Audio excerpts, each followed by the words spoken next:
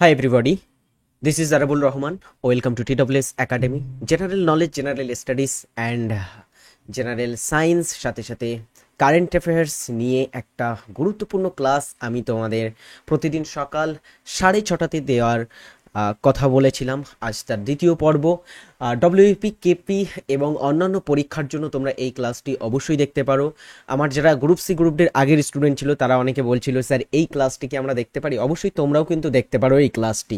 ওকে, তো আমাদের বিশেষ করে এই ক্লাসটির যে কন্টেন্ট সেই কন্টেন্টগুলো একদমই সেরা কন্টেন্ট টিডব্লিউএস একাডেমি ইউটিউবে ফ্রি লাইভ ক্লাস তোমাদের প্রোভাইড করে the way of solution TWS academy এবং টিডব্লিউএস স্মার্ট চ্যানেলের মাধ্যমে।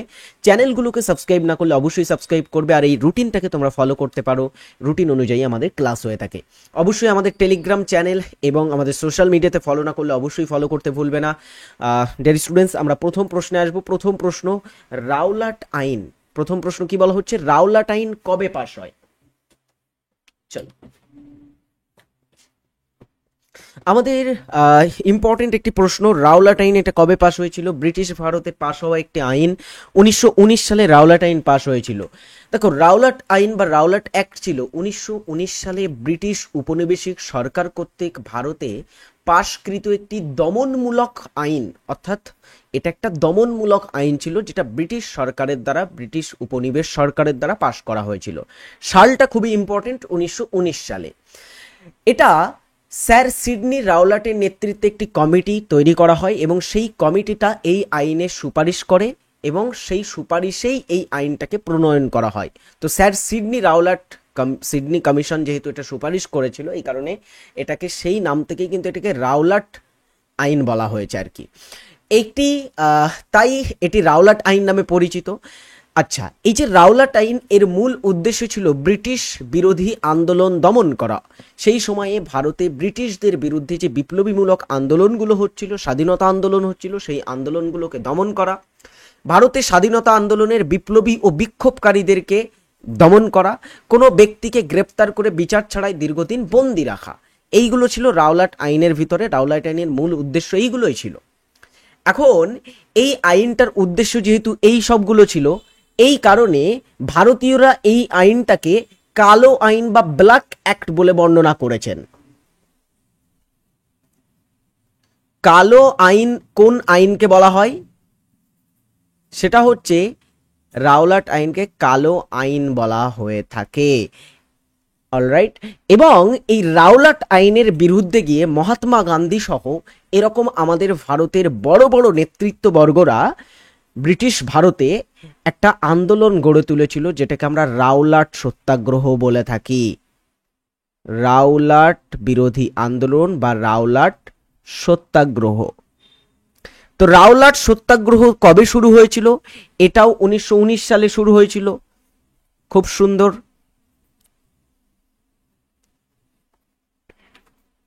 প্রশ্ন 2, রূপসী বাংলা কাব্যগ্রন্থের রচয়িতাকে?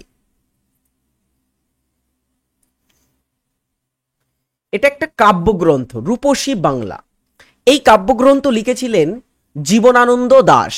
জীবনানন্দ দাশ অনেক কাব্যগ্রন্থ লিখেছেন তার জীবনে, যেমন ঝরাপালক, ধূসর পাণ্ডুলিপি, মহাপৃথিবী, সাতটি তারার তিমির, রূপসী বাংলা, এই ধরনের তার যে কাব্যগ্রন্থ এগুলো কিন্তু জীবনানন্দ দাশ লিখেছেন।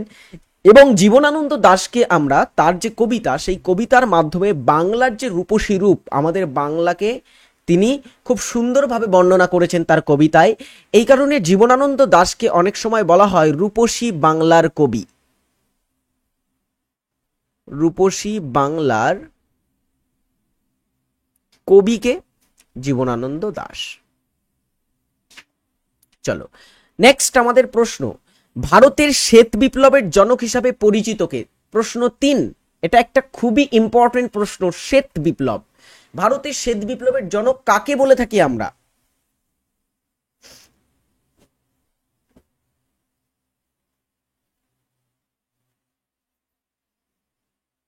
শ্বেত বিপ্লব বা হোয়াইট রেভলিউশন, এটি কিসের সাথে যুক্ত জানো? শ্বেত বিপ্লবটা দুধ উৎপাদনের সাথে যুক্ত।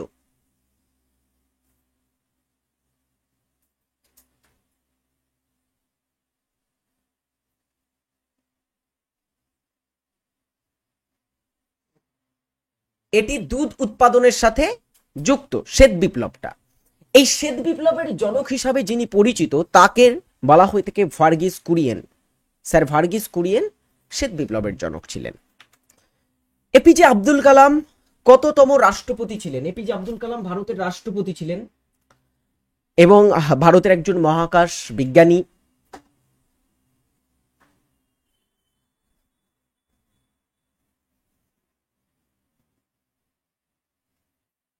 মহাকাশ বিজ্ঞানী ছিলেন তিনি এবং ভারতের পরবর্তীতে রাষ্ট্রপতি হয়েছিলেন। কততম রাষ্ট্রপতি ছিলেন তিনি? ভারতের 11তম রাষ্ট্রপতি তিনি ছিলেন। ভারতের 11তম রাষ্ট্রপতি এপিজে আব্দুল কালাম, ইনি ভারতের মিসাইল ম্যান নামে পরিচিত। ভারতের মিসাইল ম্যান হিসাবে তাকে আমরা চিনে থাকি। এছাড়া এই এপিজে আব্দুল কালামের যদি টেনিওরটা আমরা দেখি, তিনি 2002 সাল থেকে শুরু করে 2007 সালের ভিতরে ভারতের 11তম রাষ্ট্রপতি হিসাবে সার্ভ করেছিলেন। গুড, খুবই ভালো কথা। এখন এই এপিজে আব্দুল কালাম তার আগে কিন্তু ভারত রত্ন পেয়েছিলেন, এটাও একটুখানি লিখে রাখবে, তিনি ভারত রত্ন প্রাপক। এপিজে আব্দুল কালাম 1997 সালে তার মহাকাশ বিজ্ঞানে অবদানের জন্য ভারত রত্ন পুরস্কার পেয়েছিলেন ভারত সরকারের কাছ থেকে। নেক্সট আমাদের 5 নম্বর প্রশ্ন, ভারত প্রথম শিল্পনীতি গ্রহণ করে কবে? ভারতের প্রথম শিল্পনীতি ভারত কবে গ্রহণ করেছিল? ভারত প্রথম শিল্পনীতি গ্রহণ করে 1948 সালে। ভারতের নুনমাটি স্থানটি নিম্নলিখিত কোনটির সাথে সম্পর্কিত? প্রশ্ন 6, নুনমাটি একটা স্থানের নাম, বিশেষ করে এটা একটা শিল্প কেন্দ্র, শিল্পস্থল।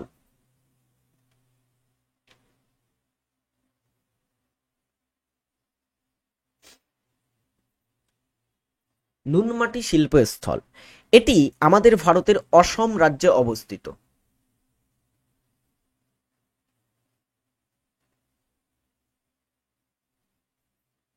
তো অসম রাজ্যে অবস্থিত নুনমাটি শিল্পকেন্দ্রটি কিসের সাথে যুক্ত? পেট্রোলিয়াম শিল্প। এখানে অয়েল রিফাইনারি আছে অসমে। অসমে আমরা আরও একটা অয়েল রিফাইনারি, বিখ্যাত অয়েল রিফাইনারি দেখতে পাবো, ভারতের প্রাচীনতম অয়েল রিফাইনারি, নাম হচ্ছে দিগ্বয়। দিগ্বয় এটাও কোথায় আছে? অসমে আছে, এটাও পেট্রোলিয়াম শিল্পের সাথে যুক্ত। আর নুনমাটিটাও আছে কোথায়? আসাম রাজ্যে। টোডরমল কোন বিভাগের মন্ত্রী ছিলেন? টোডরমল, দেখো টোডরমল ইনি মুঘল যুগের একজন মন্ত্রী ছিলেন। বিশেষ করে ইনি আকবর, মুঘল সম্রাট আকবরের নবরত্নের সদস্য ছিলেন।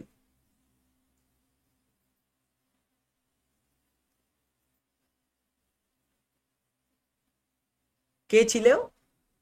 টোডরমল। এখন এই টোডরমল কোন বিভাগের মন্ত্রী ছিলেন? অর্থনীতি বিভাগের, অর্থমন্ত্রী ছিলেন তিনি আকবরের। নিচের কোন গ্রহের কোনো উপগ্রহ নেই?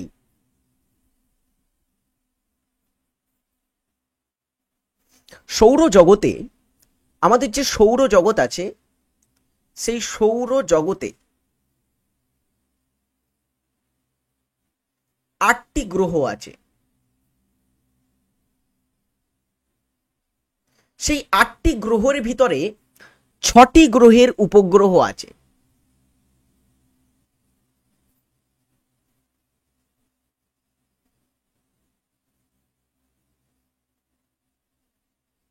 কটি উপগ্রহ আছে? 6টি গ্রহের উপগ্রহ আছে। 2টি গ্রহের কিন্তু উপগ্রহ নেই, বা থাকলেও সেগুলো এখনো পর্যন্ত আবিষ্কৃত হয়নি, সেগুলোকে আমরা এখনো পর্যন্ত আবিষ্কার করতে পারিনি, যদি থেকে থাকে। সো এই গ্রহগুলি কি কি? একটা হচ্ছে শুক্র গ্রহ, আরেকটা গ্রহ সেটা হচ্ছে বুধ। বুধ যেটা সূর্যের সব থেকে কাছে অবস্থিত, বুধ গ্রহের উপগ্রহ নেই। তো দুটো গ্রহের উপগ্রহ নেই, বুধ এবং শুক্র গ্রহ, এদের কোনো উপগ্রহ আমরা দেখতে পাই না। মঙ্গলের উপগ্রহ আছে, অবশ্যই মঙ্গলের 2টি উপগ্রহ আছে,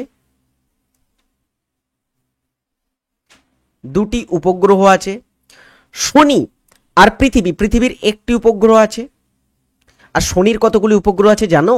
শনির উপগ্রহের সংখ্যা হচ্ছে 274, 274টি, 274 অ্যাজ পার নাসার রিপোর্ট 274টি শনির উপগ্রহ আছে।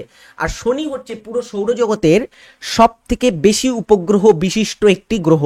কোন গ্রহের সব থেকে বেশি উপগ্রহ আছে? আমরা বলবো সেটা শনির, 274টি। কোন ধরনের মাটি মহারাষ্ট্রের বেশিরভাগ অঞ্চলে আবৃত? চলো একটা ম্যাপ আছে, ম্যাপ দেখে তোমরা বার করো কোন ধরনের মাটি মহারাষ্ট্রের বেশিরভাগ অঞ্চল জুড়ে বিস্তৃত আছে।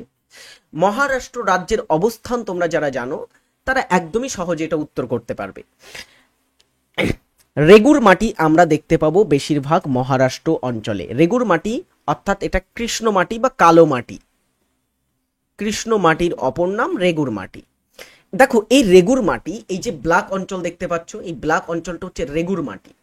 এটা বিশেষ করে মহারাষ্ট্র, কর্ণাটক, তেলেঙ্গানা, অন্ধ্রপ্রদেশ, মধ্যপ্রদেশ এবং গুজরাট অঞ্চল জুড়ে বিস্তৃত। এই যে মধ্যভাগ, ভারতের পশ্চিম এবং মধ্যভাগ, এই অঞ্চলে কিন্তু আমরা রেগুর মাটি দেখতে পাবো। এরপরে দেখো ফরেস্ট মাউন্টেন সয়েল, এক ধরনের সয়েল যেটা এই সবুজ কালারে আছে, সবুজ কালার ফরেস্ট মাউন্টেন সয়েল, এই ধরনের পার্বত্য মৃত্তিকা আমরা দেখতে পাবো কোথায়? পার্বত্য অঞ্চল কাশ্মীর, লাদাখ, উত্তরাখণ্ড, সিকিম, পশ্চিমবঙ্গের দার্জিলিং, অরুণাচল প্রদেশ, এই ধরনের অঞ্চলগুলোতে আমরা মাউন্টেন সয়েল বা পাহাড়ি পার্বত্য মৃত্তিকা দেখতে পাবো। এরপরে দেখো অ্যালুভিয়াল, যেটাকে আমরা বলবো অ্যালুভিয়াল মৃত্তিকা মানে পলি মাটি, এটা হচ্ছে পলি মাটি অঞ্চল। এই যে রংটা দেখতে পাচ্ছ না একটু হালকা সবুজ কালারের, এটা হচ্ছে পলি মাটি অঞ্চল। এটা নদী উপত্যকা অঞ্চল, বিশেষ করে আমাদের গুজরাট, রাজস্থান, পাঞ্জাব, হরিয়ানা, উত্তরপ্রদেশ, বিহার, পশ্চিমবঙ্গ, আসাম, এই ধরনের রাজ্যগুলোতে, সাথে সাথে উপকূলীয় অঞ্চল যেমন তামিলনাড়ু, অন্ধ্রপ্রদেশের উপকূল, ওড়িশার উপকূল, এই উপকূলীয় অঞ্চলেও কিন্তু এই ধরনের মৃত্তিকা দেখা যায়, অ্যালুভিয়াল মৃত্তিকা বা পলি মৃত্তিকা। এরপরে ল্যাটেরাইট মৃত্তিকা। ল্যাটেরাইট মৃত্তিকা আমরা বিভিন্ন অঞ্চলে দেখতে পাই। ছোটনাগপুর অঞ্চলে দেখা যায়, আমাদের পশ্চিমবঙ্গের পশ্চিম অংশে দেখা যায়, মেঘালয় অঞ্চলে দেখতে পাওয়া যায়, পশ্চিমঘাট পার্বত্য অঞ্চলে দেখতে পাবো, কর্ণাটক মালভূমি অঞ্চলে দেখতে পাওয়া যায়। বিভিন্ন অঞ্চলে কিন্তু আমরা এই ল্যাটেরাইট মৃত্তিকা দেখতে পাবো। এছাড়া অ্যারিড বা মরু মৃত্তিকা কোথায় দেখা যায়? মরু মৃত্তিকা অবশ্যই রাজস্থানের মরু অঞ্চলে আমরা দেখতে পাই। তো এগুলো হচ্ছে ভারতের মৃত্তিকা। কোন মৃত্তিকা কোন অঞ্চলে দেখা যায় এটা আমি তোমাদের একটুখানি ম্যাপের মাধ্যমে বুঝিয়ে দিলাম। ভালো করে এই ম্যাপটাকে ফলো করবে। দরকার এই ম্যাপটা একটা স্ক্রিনশট নিয়ে খাতায় তোমার ফোনে রেখে দেবে, সেখান থেকে লিখে রাখবে, ম্যাপ দেখে বোঝার চেষ্টা করবে কোন অঞ্চলে কোন মৃত্তিকা পাওয়া যায়। ও আরেকটা মৃত্তিকা বাদ গেল, রেড অ্যান্ড ইয়েলো মৃত্তিকা। এটা ভারতের বিভিন্ন অঞ্চলে, এই যে পিঙ্ক অঞ্চলটা দেখতে পাচ্ছ, এগুলো রেড অ্যান্ড ইয়েলো মৃত্তিকা, লাল মৃত্তিকা অঞ্চল। নেক্সট আমাদের প্রশ্ন 10। ক্লাসটি ভালো লাগলে সকলে একটা করে লাইক করো দ্রুত ক্লাসে, এবং প্রতিদিনের এই ক্লাসটি দেখতে হলে TWS একাডেমিকে সাবস্ক্রাইব করো। শুঙ্গ বংশের শেষ শাসক কে ছিলেন? শুঙ্গ বংশ, এই বংশটা মগধে শাসন করেছিল। মগধে শাসনকৃত একটা বংশ শুঙ্গ বংশ। এই বংশটা মৌর্য পরবর্তী বংশ, অর্থাৎ মৌর্য বংশের পরে এটা প্রতিষ্ঠা হয়। মৌর্য পরবর্তী প্রথম বংশ এটা। এই বংশটার শেষ শাসক ছিলেন দেবভূতি। দেবাভূতি ছিলেন শেষ শাসক। আর প্রথম শাসক ছিলেন, যিনি প্রতিষ্ঠাতা বা প্রথম শাসক শুঙ্গ বংশের,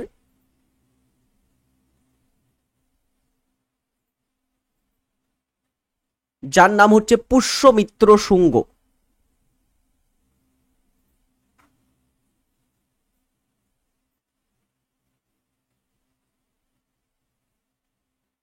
Pushyamitra Shunga. Next, dear students, TWS academy 100% free, সকলের জন্য WEP কেপির একটা মেগা মক টেস্ট আয়োজন করছে 9 তারিখ, আগস্ট মাসের 9 তারিখে 5টা PM থেকে 6টা PM এর মধ্যে ক্লাস হবে, এবং 6টা 30 থেকে অ্যানালাইসিস হবে আমাদের ইউটিউব চ্যানেলে। তো যারা মেগা মক টেস্টে মানে মেগা মক টেস্টটা দিতে চাও, অবশ্যই TWS একাডেমি অ্যাপ ডাউনলোড করো, সেখানেই কিন্তু এটা মেগা মক টেস্টটা হবে।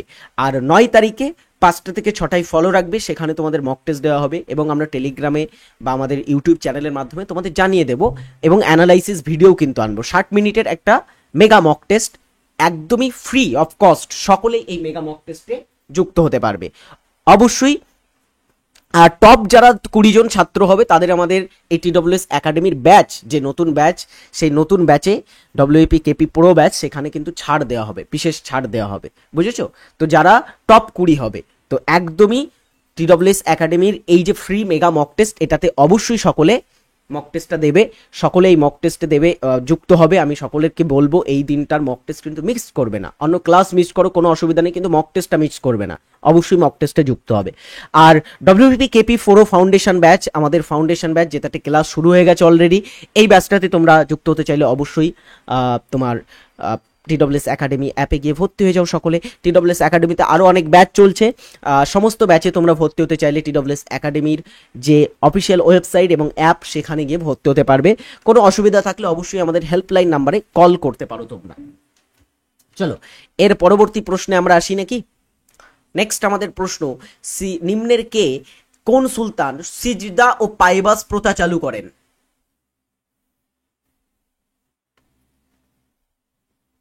সিজদা ও পাইবাস প্রথা কোন সুলতান চালু করেছিলেন? গিয়াসউদ্দিন বলবন চালু করেছিলেন। হাইড্রার গমন পদ্ধতি হলো কি? হাইড্রা কিভাবে গমন করে?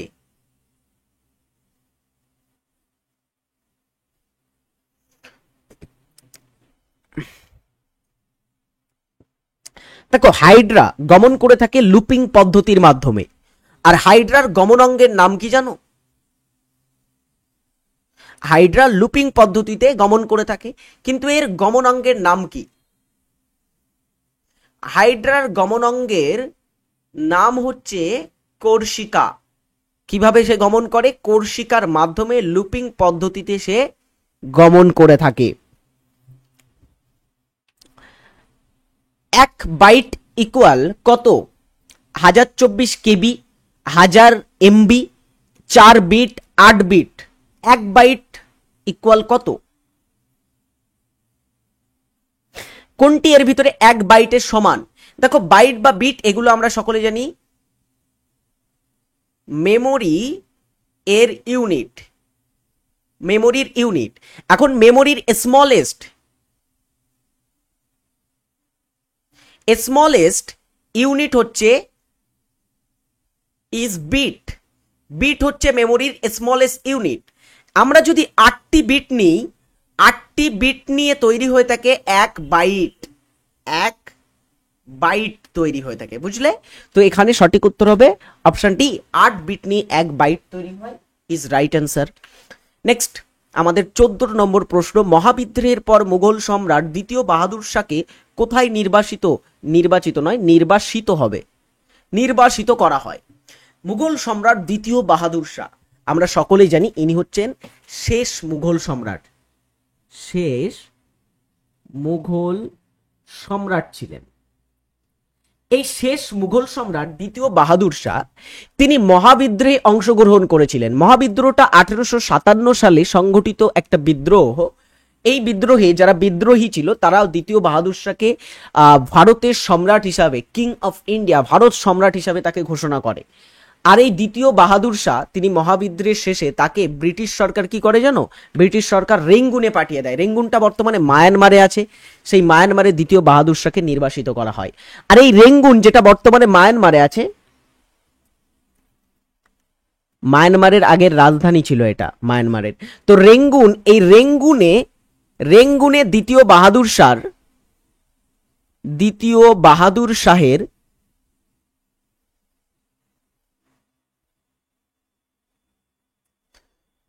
সমাধি আছে। সমাধি বা মাজার বলা হয় এটাকে, সেটা এখানে আছে। নেক্সট আমাদের পরের প্রশ্ন 15, নিচের কোন বায়োস্ফিয়ার রিজার্ভ টি মেঘালয় রাজ্যে অবস্থিত? মেঘালয় উত্তর পূর্ব ভারতের একটি রাজ্য। সেখানে আমরা কোন বায়োস্ফিয়ার রিজার্ভটিকে দেখতে পাবো? Simlipal biosphere reserve, Dihang Dibang, Nokrek, Seshachalam. আমাদের ভারতের ইম্পর্টেন্ট কয়েকটা বায়োস্ফিয়ার রিজার্ভ এগুলি। শিমলিপাল বায়োস্ফিয়ার রিজার্ভ এটা ওড়িশা রাজ্যে অবস্থিত আছে। আচ্ছা, দিহং দিবং বায়োস্ফিয়ার রিজার্ভ অরুণাচল প্রদেশে, অরুণাচল প্রদেশ রাজ্যে অবস্থিত একটি biosphere reserve. Next, Nokrek biosphere reserve Meghalaya রাজ্যে অবস্থিত। এবং লাস্ট ইজ সেচলম বায়োস্ফিয়ার রিজার্ভ অন্ধ্রপ্রদেশের একটি বায়োস্ফিয়ার রিজার্ভ। তাহলে আমরা এখানে সঠিক উত্তর কোনটি করব? অপশন সি, মেঘালয় রাজ্যের একটি বায়োস্ফিয়ার রিজার্ভ হচ্ছে নকরেক বায়োস্ফিয়ার রিজার্ভ। গুড। যারা এখনো ক্লাসে লাইক করোনি দ্রুত লাইক করে ফেলো, ক্লাসে ফার্স্ট করো সকলে। নেক্সট আমাদের প্রশ্ন, 2016 সালে, মাফ করবে 16 নম্বর প্রশ্ন, সোভিয়েত ইউনিয়ন বা ইউএসএসআর কত সালে ভেঙে যায়? ইউএসএসআর, বৃহৎ সোভিয়েত রাশিয়া।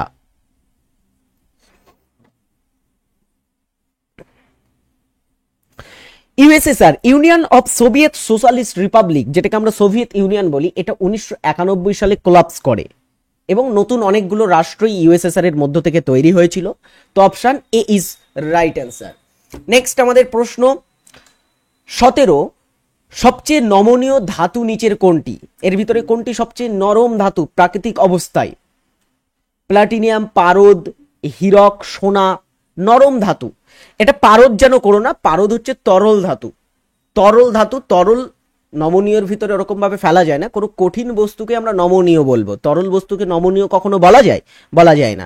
তো এখানে আমরা কিন্তু সবচেয়ে নরম ধাতু সোনাকে দেখব। সোনা হচ্ছে সব থেকে নরম ধাতু, অলরাইট। আর হীরক হচ্ছে সব থেকে কঠিন অধাতু। হীরক কিন্তু ধাতু নয়, হীরক হচ্ছে একটা কঠিন পদার্থ, কিন্তু এটা অধাতু। বিশ্বের সব থেকে কঠিন পদার্থ হীরক, কিন্তু সেটা একটা অধাতু, কার্বনের একটা রূপ। ভারতের প্রথম সবাক চলচ্চিত্রটি হলো, ভারতের প্রথম সবাক চলচ্চিত্র কোনটি? আলোমারা ভারতের প্রথম সবাক চলচ্চিত্র। ভারতীয় সংবিধানের কোন ধারায় গ্রামীণ পঞ্চায়েত ব্যবস্থা কার্যকরী করার ইচ্ছা প্রকাশ করা হয়েছে? গ্রাম পঞ্চায়েত বা পঞ্চায়েতি রাজ ব্যবস্থা।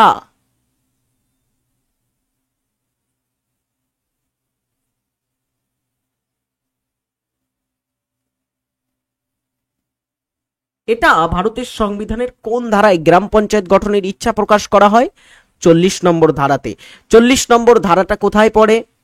এটা ডিপিএসপির ভিতরে পড়ে থাকে, directive principles of state policy, part 4 এর মধ্যে একটা পার্ট, আমাদের ভারতের সংবিধানের পার্ট 4, এটা ডিপিএসপি, যেখানে রাষ্ট্র পরিচালনার নির্দেশক নীতিগুলো বর্ণনা করা হয়েছে।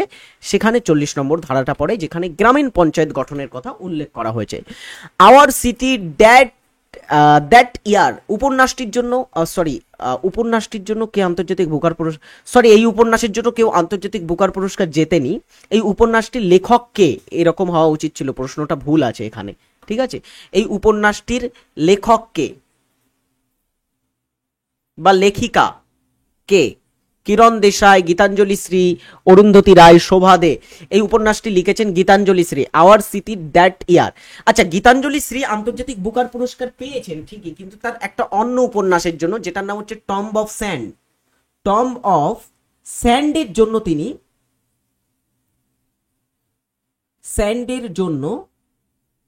আন্তর্জাতিক বুকার পুরস্কার পান।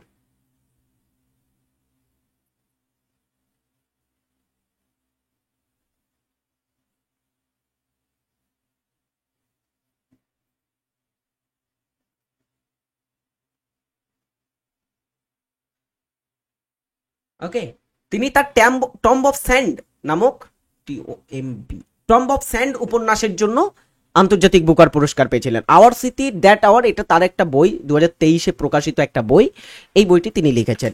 নেক্সট আমাদের আজকে একটা হোমওয়ার্ক দেওয়া থাকবে। কত সালে ভারতে 42তম সংবিধান সংশোধনী হয়েছিল? এটা আজকের বাড়ির কাজ। কমেন্ট বক্সে অবশ্যই সকলে এটার উত্তর জানাবে। তোমাদের সকলের কাছ থেকে এটার উত্তর কিন্তু আমি জানতে চাই, কত সালে 42তম সংবিধান সংশোধনী হয়েছিল? নেক্সট প্রশ্ন, আগ্রা কোন নদীর তীরে অবস্থিত?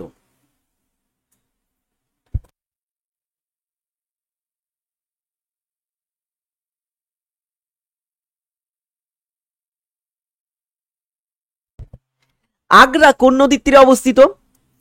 যমুনার তীরে আগ্রা আছে। পশ্চিমবঙ্গের মুখ্য সচিবকে, চিফ সেক্রেটারি, মুখ্য সচিব পদে কে আছেন পশ্চিমবঙ্গের? সম্প্রতি নিযুক্ত হয়েছেন, এটা একটা কারেন্ট অ্যাফেয়ার্স। সম্প্রতি নিযুক্ত হয়েছেন পশ্চিমবঙ্গের চিফ সেক্রেটারি হিসাবে কে? তিনি হচ্ছেন মনোজ পান্ত, পশ্চিমবঙ্গের সম্প্রতি চিফ সেক্রেটারি হয়েছেন। খুবই ইম্পর্টেন্ট একটা প্রশ্ন এটা, ভেরি ইম্পর্টেন্ট। নেক্সট, সামরিক বাহিনীর কার্যক্ষমতা বৃদ্ধির লক্ষ্যে প্রতিরক্ষা অধিগ্রহণ কাউন্সিল ডিএসি কত টাকার প্রস্তাব অনুমোদন করেছে? সম্প্রতিকালে সামরিক বাহিনীর কার্যক্ষমতা বৃদ্ধির জন্য ডিএসি কাউন্সিল, প্রতিরক্ষা অধিগ্রহণ কাউন্সিল, তারা একটা অ্যামাউন্ট অফ মানি তারা প্রস্তাব করেছে একটা প্রকল্পের জন্য। সেটা কত টাকা, কত টাকা সামরিক বাহিনীকে দেওয়া হবে কার্যক্ষমতা বৃদ্ধির জন্য? অ্যান্সার হচ্ছে 67 crore রুপিস, অর্থাৎ 67,000 কোটি টাকা দেয়া হবে। 67 crore রুপিস। এক্স রশ্মি কে আবিষ্কার করে? কোন ব্যক্তি এক্স রশ্মি আবিষ্কার করেছিলেন? উইলহেম রন্টজেন এক্স রশ্মির আবিষ্কারক ছিলেন। এসবিআই 2025 অর্থবর্ষের জন্য ভারতের মোট অভ্যন্তরীণ উৎপাদন বা যেটাকে জিডিপি বলা হয় এর বৃদ্ধির হার ড্যাশ হওয়ার পূর্বাভাস দিয়েছে। এসবিআই সম্প্রতিকালে একটা অনুমান বা একটা সমীক্ষা করেছে, একটা পূর্বাভাস দিয়েছে। হ্যাঁ, তো সেই পূর্বাভাসটা হচ্ছে ভারতের জিডিপি বৃদ্ধির হার 2025-এ এত হবে বলে একটা সে পূর্বাভাস দিয়েছে, কিন্তু কত হবে বলেছে এসবিআই? এটি হচ্ছে 6.5% বৃদ্ধি হওয়ার কথা বলেছে এসবিআই। অলরাইট, 6.5%। অলরাইট, মাথায় ঢুকেছে। তবে আমার মনে হয় 6.5% নাও হতে পারে, কারণ সম্প্রতিকালে তোমরা শুনেছো আমেরিকা আমাদের ভারতের উপরে প্রথম 25% দেন, তারপরে তার উপরে আরও 25% ট্যারিফ লাগিয়েছে, এবং আমেরিকা ভারতের কিন্তু বিগ একটা এক্সপোর্টার হিসাবে পরিচিত। হ্যাঁ, আমেরিকায় ভারত প্রচুর, সব থেকে বেশি এক্সপোর্ট করে থাকে অ্যাকচুয়ালি। তো এখানে এসবিআই সম্প্রতি যেটা পূর্বাভাস দিয়েছিল সেটা হচ্ছে 6.5%।